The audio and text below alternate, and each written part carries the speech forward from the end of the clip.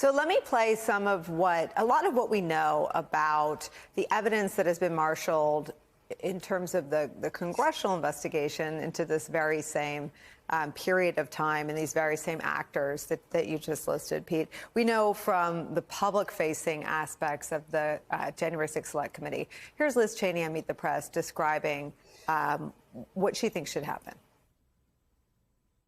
I think it's very important for everybody to recognize that when you are faced with a set of facts, when you're faced with evidence as clear as this is, and some have said, well, you know, we don't know what his intent was. Maybe he really thought he won the election. We actually know that that's not the case. We put on testimony that showed that he admitted that he lost. But even if he thought that he had won, you may not send an armed mob to the Capitol. You may not sit for 187 minutes and refuse to stop the attack while it's underway. You may not send out a tweet that incites further violence. So we've been very clear about a number of different criminal offenses that are likely at issue here. If the Department of Justice determines that they have the evidence that we believe is there and they make a decision not to prosecute, I think that really calls into question whether or not we're a nation of laws. I don't think this is true all of the time, Mary McCord, but I think on that specific point, many of my viewers and a lot of people on the left and even people, I mean, Liz Cheney is as far right as you get in America under normal times, see it that way. What do you make of this piece of the announcement that we're talking about right now, specifically that the special counsel will assume control of an investigation into, quote, any person involved in interfering with the peaceful transfer of power, excluding the current prosecutions and any people who are accused of trespassing at the Capitol? Yeah, it's interesting because I actually think that is probably the investigation that really caused Merrick Garland to decide he needed to appoint a special counsel. You know, he noted it as the first investigation and the Mar-a-Lago investigation as the second investigation. And it is just by its own very nature inherently more political because we're talking about an investigation into, you know, the efforts to obstruct the certification of the vote after the 2020 election, an election that Donald Trump was, you know, involved in, and President Biden was involved in. And so I think, you know, that may have driven this decision even more than the ongoing investigation into the mishandling of national defense information, presidential records, and obstruction at Mar-a-Lago. So I also don't think it's entirely new to us that this investigation is ongoing. As we know, the Deputy Attorney General much earlier this year acknowledged an investigation into the fraudulent electors scheme. We now know, at least from the House Select Committee's own investigation and the hearings that we've seen, that scheme, you know, went pretty high up into circles around President Trump. A number of the people that Pete just mentioned, who are very close to President Trump, they had a role in that fraudulent electors scheme, as we've seen, at least into promoting it and promoting to the president, to the former president, what he should be asking the former vice president to do. So it was an acknowledgement, I think maybe a little bit more so than what we've seen, but it wasn't a total surprise, I don't think, to most of us that investigation is ongoing and that is something that extends, you know, up to the very circles right around the former president.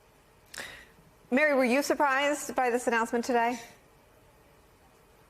So I did not think it was mandatory to, appoint a special counsel. I mean, it's never really mandatory. I mean, I realize the regulations use a word will, but it's still about when there's extraordinary circumstances or a conflict and when it's in the public interest. So that gives a lot of discretion to the Attorney General to make this decision. I think that, again, you know, with respect to the Mar-a-Lago investigation, this is something we just talked about a few days ago on your show, Nicole. You know, I thought that because this started long before the former president declared his candidacy, and it was the former president who changed the status quo, that it certainly wasn't necessary for Merrick Garland to make this appointment.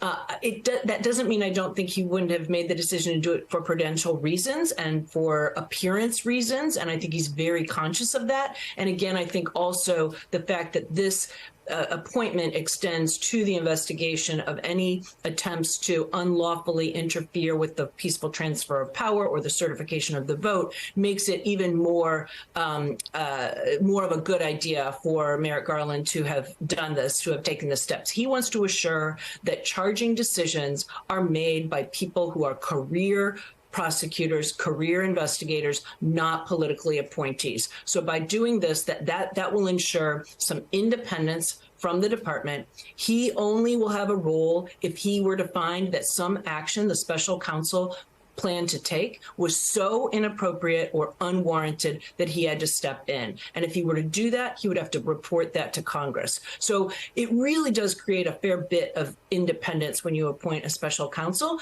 And I think it does make sense that the charging decisions will be made by people who are not politically appointed, who are not appointed by the president of the current sitting president of the United States. Couldn't that have been done at DOJ, Mary? I mean, haven't most of the people involved in the investigative steps in the Mar-a-Lago probe been career prosecutors? So most of the people involved day to day certainly have been, and those people I expect will continue. So people like Jay Bratt, who's the head of the Counterintelligence and Export Control Section, people like George Toscas, who's a Deputy Assistant Attorney General. These are career prosecutors who've been with the department for decades. But others were involved too, and in fact, the Attorney General himself, you may recall, did a press conference to say that he personally had approved the search warrant of Mar-a-Lago. He, of course, is a political appointee. The Deputy Attorney General, Lisa Monaco, has been involved in these decisions. Matt Olson, the Assistant Attorney General for National Security, also a political appointee. Now, these are all people with, absolutely impeccable records and excellent judgment, and they were all career prosecutors at one point, in their Department of Justice careers, but right now they're political appointees, and so they will no longer be part of the decision-making. I expect that given the sensitivity of this investigation, they had probably been getting briefed pretty regularly because this is so sensitive and so high profile that all decisions that were being made at, the line level, if you were, the lower level, they would want to clear up the flagpole. So I do think it makes a difference that that's being pulled out. I don't think that they could not have handled it at DOJ. I think they could have, but I understand why the Attorney General made this decision.